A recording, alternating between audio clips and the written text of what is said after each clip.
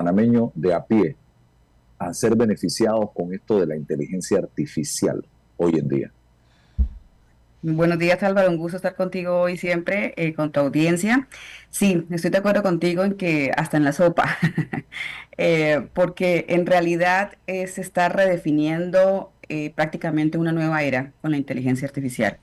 Yo también creo que en Latinoamérica no estamos tan conscientes de este cambio tan importante y lo percibimos más como una moda, como que tenemos que hablar del tema, como que, y escuchas frases constantemente como la inteligencia artificial llegó para quedarse. Cada vez que yo escucho esa frase me doy cuenta que no entendemos qué significa. Y tiene que ver, Álvaro, con la forma como nosotros, como nuestra sociedad funciona. Hoy en día tenemos algunos datos. Panamá, por ejemplo, es un ejemplo de poca data. No tomamos decisiones basadas en evidencia, sino que nos movemos en muchos temas a veces por percepciones y por liderazgos que toman algunas definiciones. El mundo hace rato se está moviendo por datos. Hace mucho tiempo, los países que van en gran vía de desarrollo están empezando a tomar decisiones informadas, basadas en evidencia.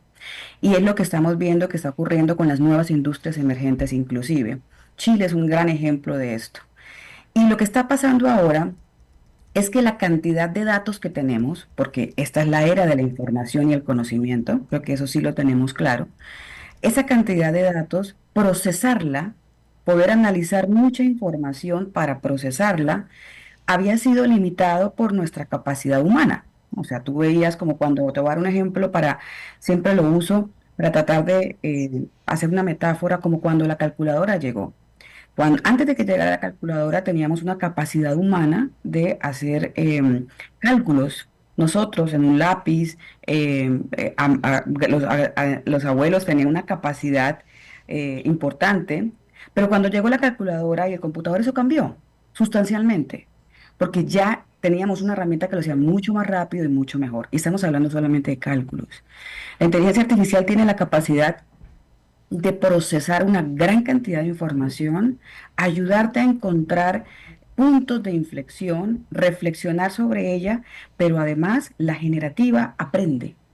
Entonces, cuando tú le entregas información de vuelta, después de esa analítica, empieza a entender y a poder razonar contigo y a entregarte información de la cual tú vas modelando, moldeando con ella. Entonces, fíjate que tienes casi, haz de cuenta como si tuvieras a una persona auxiliar tuya en tu trabajo, en tu vida diaria, que te está analizando un montón de información, te está entregando y estás intercambiando con ella para construir nuevas cosas. O sea, realmente es impresionante el cambio que estamos dando. Y esto te lo digo a partir de profesiones. Todas las profesiones están cambiando. Y por supuesto, a veces como que nos centramos en estos grandes números que asustan, pero que yo siento que a la vez, por ser tan grandes, como que no nos damos cuenta del impacto cuando hablamos que 170 millones de empleos van a desaparecer. Entonces como que nos quedamos en el número y como que no, wow, pero ¿qué significa eso? Y lo que está pasando es que precisamente esos temas asistenciales ya no los van a hacer personas, porque tú tienes a una máquina que te lo hace más rápido, que te lo hace mucho mejor, que lo hace mejor que tú y que te apoyas en ella para saltar a cosas mucho más evolucionadas, mucho más inteligentes. Por eso, en este momento, Latinoamérica se enfrenta a dos grandes caminos. Nosotros todavía no tenemos datos, lo decía al inicio. O sea, estamos ya en desventaja total de estas posibilidades. Y segundo, ni siquiera hemos superado la brecha digital. Y ahí te hablo de educación.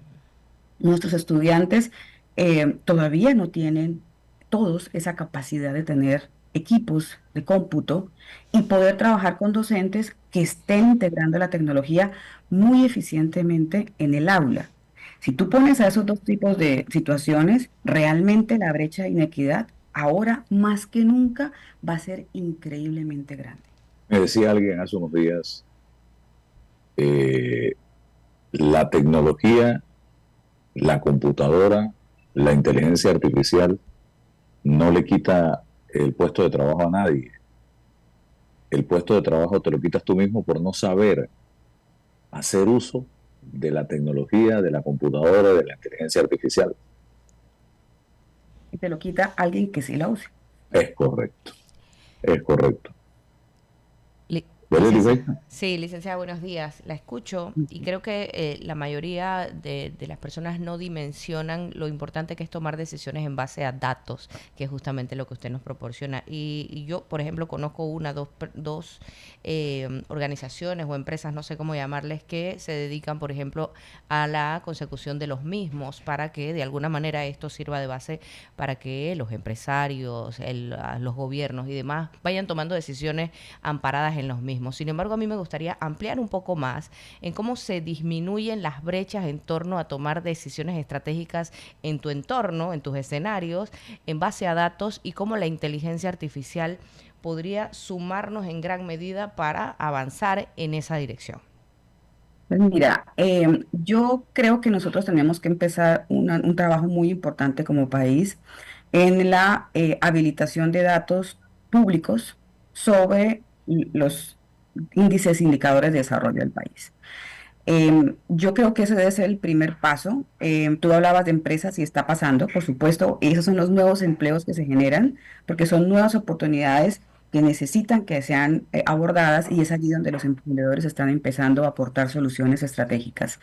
Pero si me preguntas ya desde el punto de vista de desarrollo de nuestro país, nosotros tenemos algunos esfuerzos en materia de datos, hay algunas plataformas, debería ser una política de Estado y eso lo exigimos nosotros como ciudadanos, no depende del gobierno.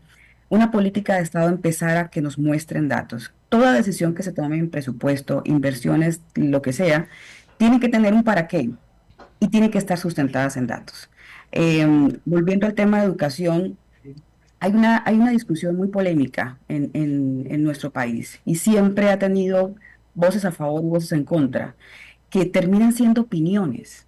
Y eso es lo preocupante, que nosotros tomamos decisiones en educación basados en opiniones. Sí. Y por eso no vemos avances, porque no sabemos cuál va a ser el resultado. Y al final, cuando se toma la decisión y no se logra el avance, tampoco nadie responde por eso.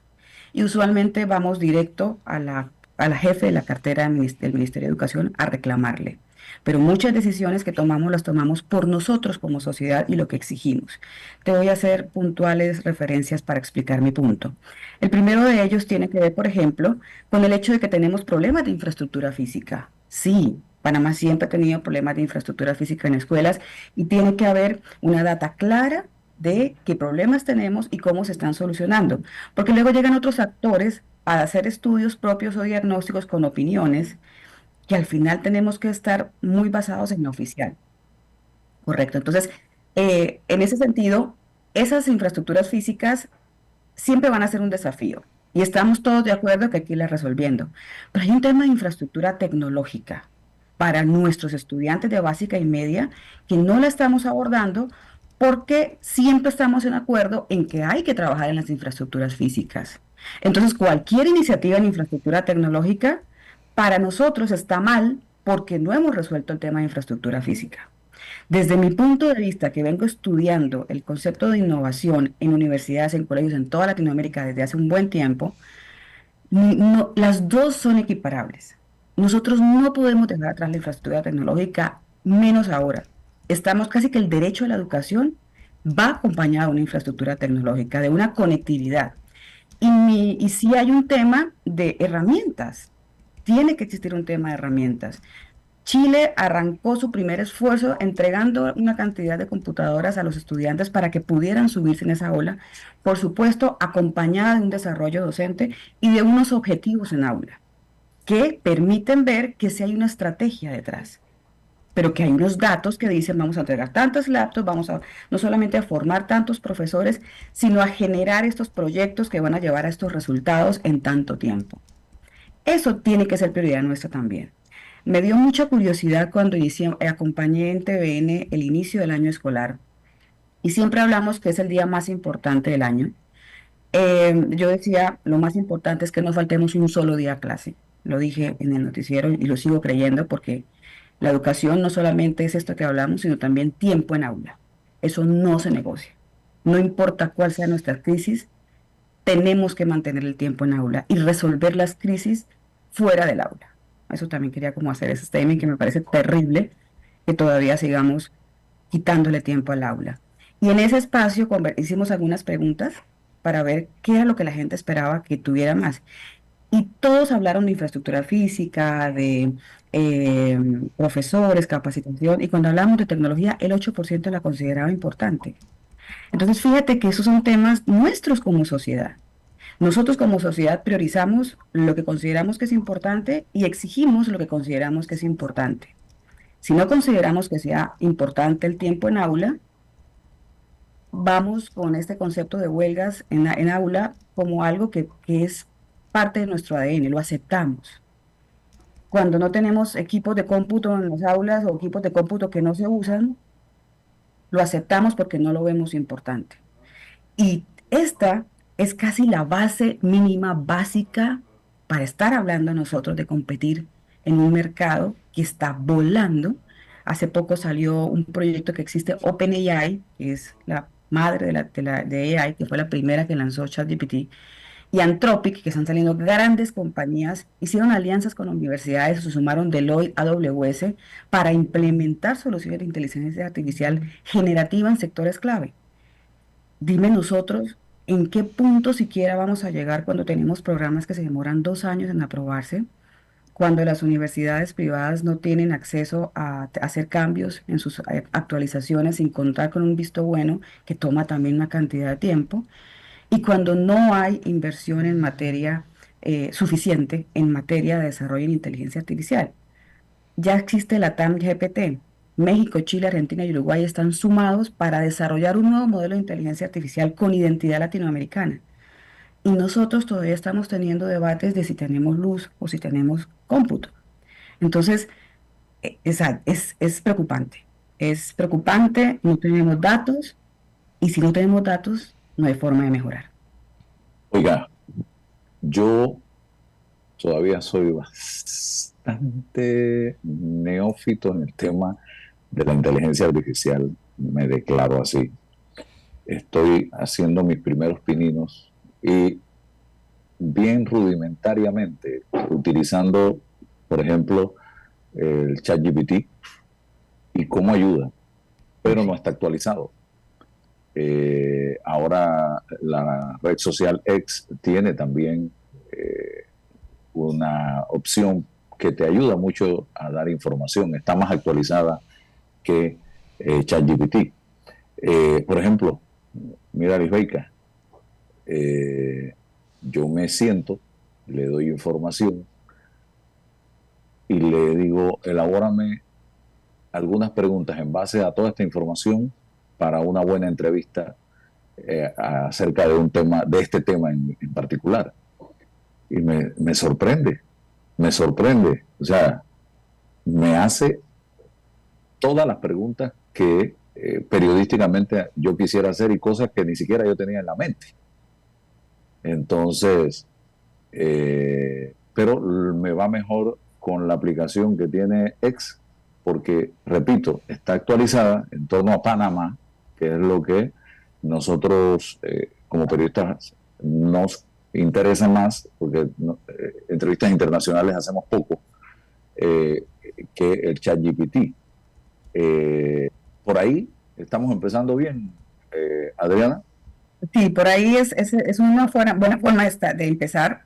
Te pregunto, con el ejemplo que tú acabas de dar, imagínate a ti, con esa riqueza que estás compartiendo, que te trae ChatGPT de preguntas que no se te habían ocurrido, oye, esto está como interesante, y que empiezas a intercambiar y refíname esta pregunta. Me gustaría, este tema no lo estoy tocando, ¿cómo crees que lo debería abordar a una persona que no tiene esta herramienta? Por supuesto que tu resultado va a ser mucho mejor. Entonces, acabas de ejemplificar lo que simplemente pasa en todas las profesiones. Y yo creo que ya no hay una sola profesión que mínimo no use ChatGPT, ni un solo profesional que no use ChatGPT. Y nosotros todavía estamos en un debate ético, que si es copiado, que si lo sacaste, estamos hablando de una nueva forma. De hecho, vamos a tener en Panamá en agosto un encuentro, nuestro encuentro anual de INCAIN, donde vamos a estar evaluando todos estos temas.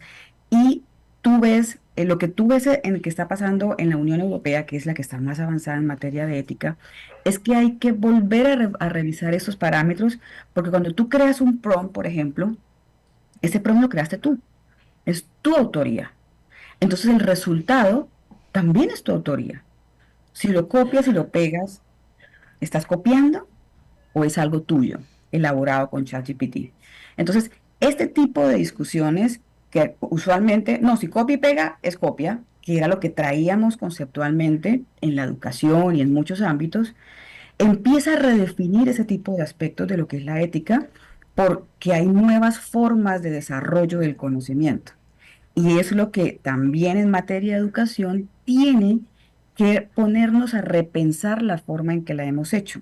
Yo no puedo esperar pedirle a un estudiante que me haga un ensayo y esperar que no lo copie con ChatGPT o no lo haga con ChatGPT. Es como decirle a un estudiante que hagamos un problema matemático y espere que no use la calculadora, para volver al mismo ejemplo. Entonces significa que mi forma de evaluar el conocimiento del estudiante tiene que cambiar. Y tengo que validar que usando ChatGPT, la persona ha hecho pensamiento crítico, ha entendido, ha conseguido la competencia que yo tenía en mi mente o en mi tarea a realizar, y entonces poner una nota. Pues fíjate cuánto cambia la labor docente. Por eso no solamente es capacitar en el uso de la herramienta, sino en estas reflexiones profundas del cambio de la educación, el cambio de los estudiantes y el cambio del trabajo. Flyer para anunciar una entrevista para mañana. Se la pides a ChatGPT, le entregas la información y te lo hace. Correcto. Una pregunta, ajá, sí, Inclusive para la labor docente, tú tienes un espacio donde existe, por ejemplo, tú defines ser docente en un área, tienes una serie de contenidos que tienes que impartir. Tenemos aplicaciones que ya te recomiendan contenido, donde hace una búsqueda general y te da el último en esas temáticas. Tú lo revisas, dices, sí, no, regálame esto, haces el afinado de acuerdo a tu plan de estudios y luego le pides a otra aplicación que te haga un PPT. Ni siquiera tienes que hacer el PPT. Te hace un PPT súper lindo, súper bonito, te trae, ¿cómo se llama? Te trae ejemplos de la web, te pone ahí para que ejemplifiques gráficos y tú te vas para tu clase. Entonces ya no necesitas el tiempo de preparar clase tan extenso, sino más de entrar en contacto con el estudiante. Sigo con el tema de educación, sorry. No, interesantísimo. Y qué opciones tenemos gratuitas, porque hay unas pagas. ¿Hay opciones gratuitas? Generalmente todas las herramientas inician con un espacio gratuito que es bastante básico, algunas más básico que otras. Otras te dan como, haz de cuenta, como una bolsa para que pruebes todo, pero por un tiempo limitado. Pero sí te digo que es necesario estar pensando en esta inversión en materia, en elementos de inteligencia artificial para tu desarrollo de la profesión. Por ejemplo, pagar los $20 de ChatGPT mensuales para llegar al modelo 4.0 es una inversión muy importante para un profesional hoy en día. Son $20, sí, pero es lo que también empieza a saber cómo cambia la economía del conocimiento. Y yo creo que empieza a ser más importante este tipo de formaciones cortas y rápidas que de pronto un posgrado. Entonces, como es necesario empezar a pensar dónde invierto para generar un retorno en mi trabajo y en mantener, por supuesto, mi empleo. Hay una herramienta muy interesante que te ayuda con la generación de PowerPoints y tiene un elemento gratuito bastante importante que se llama Gamma, súper recomendada, Gamma con doble M. Y la mensualidad realmente de todas son $15, $18 es la mensualidad. Lo que tampoco es que sea tan costoso, solamente que no estamos acostumbrados a tener esa inversión en herramientas, pero sí hay algunas que te generan videos automáticamente de un texto para profesores en línea. Es decir, hay una gran cantidad de elementos que te permiten entender a dónde invierto mi tiempo y en dónde invierto en una herramienta.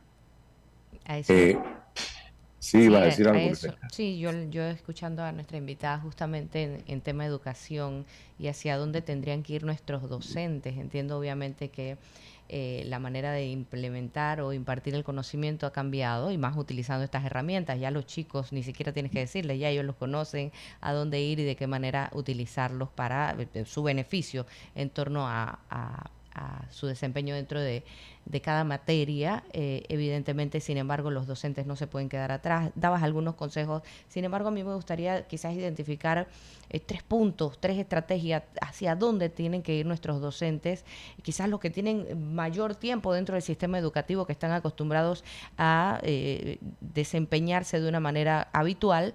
¿Qué podrían hacer? ¿Qué les aconseja en este momento para hacia dónde moverse del lugar justamente para estar actualizados? Pues mira, yo creo que es importante, primero entender muy bien el concepto. Yo creo que a veces nos preocupamos por buscar las herramientas, pero tenemos que entender el concepto claramente para saber cómo cambia, qué es lo que yo hacía y ahora qué opciones tengo. Este entendimiento del cambio para mí sí tiene que ser buscar una ayuda, ¿no? O sea, nosotros hemos trabajado en Seneca ayudando a colegios en el cambio de la estrategia de innovación, porque también creemos que es muy importante que la estrategia venga desde los docentes. Y ahí hemos encontrado en esos trabajos con los docentes que no es fácil entender cómo cambia mi labor. También soy docente universitaria preparando nuevos docentes en tecnología y me doy cuenta que no es fácil entender cuál es la competencia que yo quiero lograr, qué tengo que hacer para lograrla y qué herramientas se suman. Y que por lo inicial empezamos, bueno, ¿qué hay en el mercado en herramientas para mostrar que tengo innovación en mi aula? Pero termino utilizando una herramienta igual que se utiliza un blog. Entonces no estoy haciendo realmente nada diferente. Por eso creo que el primer punto es entender muy bien este cambio de la pedagogía a través de tecnología. Creo que ahí sí requieren quizás ayuda porque no es tan fácil o leer o estudiar al respecto. Segundo, entender cuáles son las herramientas tecnológicas que existen en el mercado para ayudarles a ellos. Hay herramientas muy buenas. Geniali es una de ellas, por ejemplo, que tiene todo para que tú puedas hacer quizzes, elementos de aula, intercambiar, se conectan con plataformas ya existentes. O sea, ¿cómo realmente yo logro integrarla para que el estudiante sienta que algo que fluye el conocimiento y no como saltos en diferentes espacios? Y lo tercero, para mí sí es sumamente importante es la evaluación. ¿Cómo valoro la competencia? No cómo levanto una nota. ¿Cómo valoro la competencia que yo tengo que lograr? Entonces, ahí empiezo así a entender si debería ser una sustentación, una conversación, una cosa diferente a un documento de una página que escribe el estudiante. Ok, algo más que decir, Adriana, porque yo creo que esta primera parte es fundamental, pero me estoy entusiasmando para una segunda ocasión desarrollar otra agenda informativa en torno a este tema de inteligencia artificial con usted, que veo que es, y dónde puede la gente eh, tomar cursos, seminarios para ir involucrándose con el tema de la inteligencia artificial sin tener que ir a tomar una licenciatura o una ingeniería a una universidad. Sí, es bien importante esto. Hay diferentes instancias que ofrecen cursos cortos. Particularmente yo he tomado también varios para entender cositas técnicas, para mantenerme actualizada. Yo recomendaría pues hacer una búsqueda pues, por internet, googlear qué tipo de opciones hay. Hay muchísimas, la mayoría virtuales, o sea que se pueden tomar y muchos tienen un punto gratuito que los ofrecen como charlas. Así empecé yo, o sea, empecé a entender qué hay, cómo hay, y de ahí pues obviamente decido si continúo con esa línea para aprender. Creo que también es importante utilizar las herramientas que existen para mantenerme actualizado y entender qué cambios se están dando. Por ejemplo, cosas tan sencillas como un Google Alerts, configurarlo para estas temáticas que yo quiero que me avise todos los días.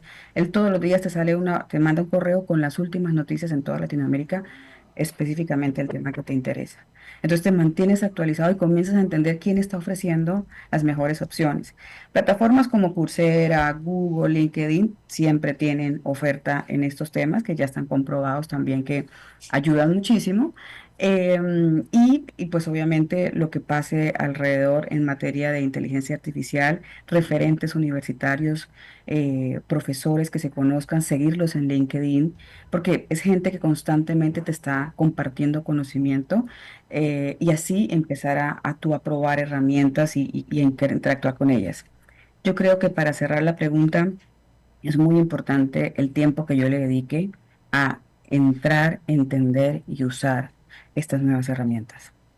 Muy bien, gracias, gracias, gracias por estar con nosotros esta mañana nutritiva entrevista, Luis Reika, para esta hora de la mañana y refrescante ante tantos problemas que enfrenta el país. Que regrese nuestra invitada, por favor. Así es. Bueno, gracias. Vámonos entonces.